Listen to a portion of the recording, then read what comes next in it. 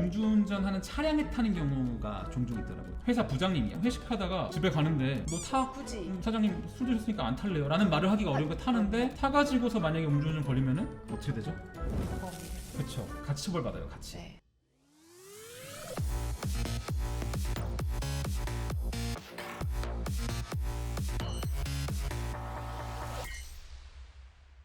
우리 가수 김호중 아시죠? 가수 김호중 씨가 1심 결과가 나왔습니다. 네. 언제 나오나 했는데 생각보다 빨리 나왔고요. 맞아요. 네. 1심 결과 기억하시나요? 너무 조금 충격이었어서 실형이 나올 수도 있겠다 예상은 했는데 제가 생각했던 것보다는 좀 더 엄하게 처벌을 해주셨어요. 2년 6개월 실형이 선고됐더라고요. 그렇죠. 네. 정말 엄한 겁니다. 2년 6개월형을 제가 기억하는 사건에서는 강간죄에서 2년 6개월 나온 거 봤어요.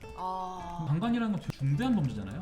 근데 그럼요. 진짜 동기를 참작할 만한 살인 사건 그런 경우에서도 이 정도 형이 나온 걸 본 적이 있어요. 근데 이거는 음주운전이잖아요, 사실. 물론 뭐 사람 다쳤죠. 뺑소니 네. 적용이 됐고. 네. 그래서 이거는 도로교통법 위반에서 여러 가지 사고험 조치, 위험운전 치상 네. 이런 게 들어갔고 그 사람들이 많이 궁금해했던 음주운전은 결국에는 빠졌죠. 빠졌죠. 경찰과 검찰이 음주운전도 인정을 하려고 되게 노력 많이 했던 것 같아요. 네. 그러나 그거는 어떻게 빠졌는지 아시죠? 어떻게 빠졌습니까? 술 먹고 운전을 한 것 같긴 한데 그 사고 나고 술을 더 마셨죠. 이걸 술타기 수법이라고 이렇게 네이밍이 붙었어요. 네. 그러니까 이런 방식 자체는 전 옛날부터 있던 걸로 알거든요. 근데 술타기 수법이라는 말이 붙을 정도로 김호중 사건 때 유명해져서 저는 그런 문의를 종종 받은 적이 있어요. 이런 처벌 피할 수 있냐. 가장 흔한 게 음주 단속을 저기서 해요. 자기는 사실 취한 상태야.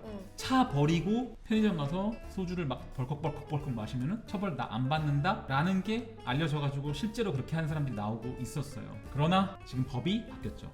술타기 행위를 했다는 것 자체로 이제 처벌을 할 수 있는 명문 규정이 생겼죠. 맞아요. 도로교통법이 개정이 됐어요. 내가 음주운전을 했고 사고를 냈거나 혹은 단속 현장을 벗어나가지고 술 마시는 행위 자체 방해 행위라고 딱 규정을 했어요, 법에서는. 그래서 그 방해 행위가 있으면 그 방해 행위만으로 처벌을 해요, 이제. 그러니까 절대 어디서 이상한 말 들은 거 가지고 음주운전한 걸 피하려고 마트 가서 술 사서 그냥 마시면 그 자체로 처벌됩니다. 정확하게 하면 그 혈중 알코올 농도에 영향을 미치는 이게 대표적인 게 술타기인데 그 외 다른 그 행위를 하더라도 거기에 영향을 미쳤다 인정이 된다면 처벌이 되는 거죠. 대표적인 건 술 마시는 거고 영향을 줄 수 있는 행위 또 뭐 있을까요? 숙취해 소주 마시면은 방해가 될까? 아니면 링기에 꽂았어요. 뭐 수에 꽂으면은 떨어진다고 하거든요. 그렇죠. 아니면 어디 아무도 모르는 곳에 잤어요. 근데 이것도 나를 찾을 수 없게 하는 행동은 방해 행위 들어가지 않을까? 근데 자수할 의무가 있나요? 자수를 하면 감경을 해줄 수 있는 거지, 혜택을 주는 거지 범죄자에게 자수할 의무가 있을까요? 물론 이거는 여러분 법 자체가 어떤 게 음주 측정인지를 방해하는 행위를 나열하는 방식으로 개정이 된 게 아니에요. 그러니까 저는 그랬으면 더 좋았을 것 같은데 모든 법률은 그렇게 하기가 사실 어렵기도 하거든요.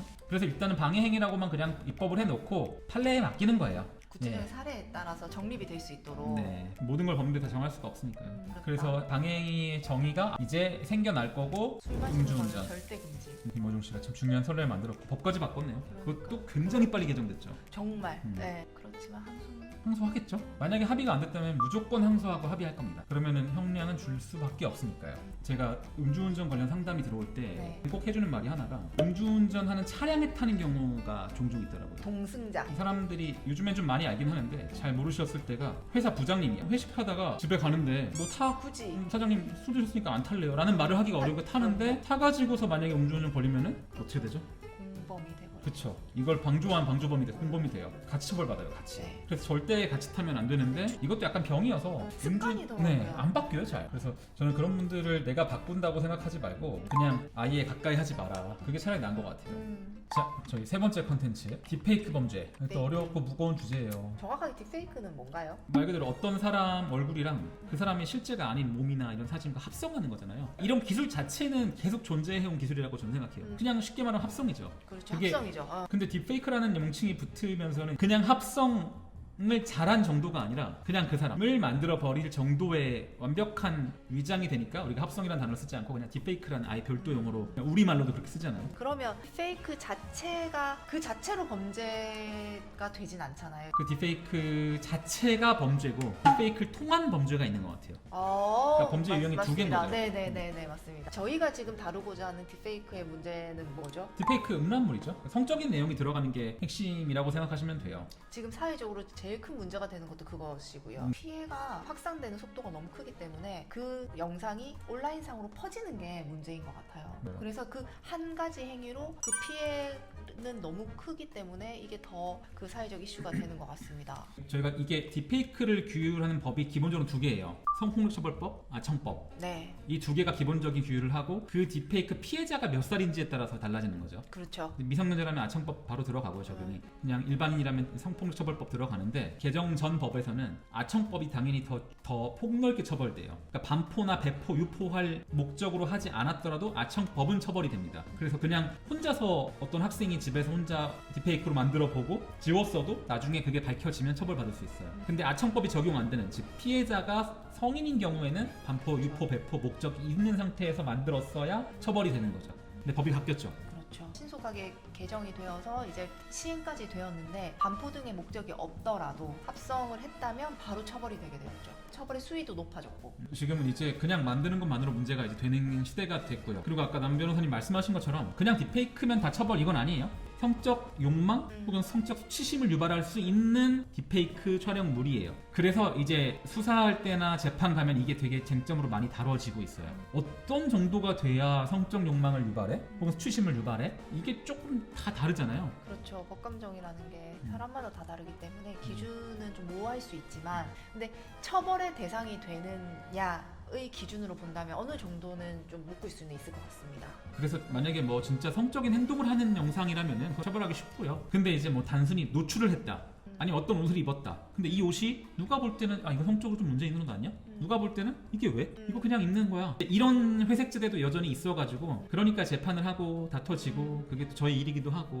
그렇죠. 근데 여기서 정말 중요한 개정이 하나 있죠. 이번 이 딥페이크 관련 개정에서 소지하거나 시청만 해도 처벌해요. 만들지 진짜. 않더라도. 네. 그러니까 만드는 사람이 만약에 그동안 10명이었다면 시청하는 사람은 1000명이에요. 그렇죠. 소지하는 사람도 1000명이고. 그러니까 이 법이 적용이 이제 엄청 많이 되는 거죠. 그렇죠. 그렇죠. 아직은 막 빵빵빵 터지진 않고 있는데 터질 겁니다. 왜냐하면 이미 시행이 됐으니까요. 네. 이미 시행이 됐죠. 지금도 여러분 소지하고 계시거나 혹은 이런 거 뭐 시청을 하고 계신다? 문제가 될 소지가 충분히 있어요. 물론 여기서 법리적으로는 딥페이크인지 알고 소지했냐, 알고 시청했냐 가지고 또 재판이 벌어질 거예요. 근데 당연히 이 법이 시행됐기 때문에 안 봐야 되고 갖고 있지 않아야 되고 이건 그냥 기본적으로 생각을 하셔야 됩니다. 특히 올해는 10대 딥페이크가 되게 많았는데 네. 제가 볼 때 내년에는 딥페이크를 만드는 10대들의 범죄가 아니라 시청하고 소지하는 범죄가 내년에 되게 크게 많아질 거라고 생각을 해요. 그러니까 이런 스마트폰 활용이나 디바이스 활용을 해서 그런 걸 하면 안 된다라는 교육이 지금 거의 없으니까 없죠. 그냥 막 사고가 나는 거예요. 네. 온라인상으로 유포할 거나 아니면 친구한테 줘야지라는 생각 없이 나 혼자 보고 나 혼자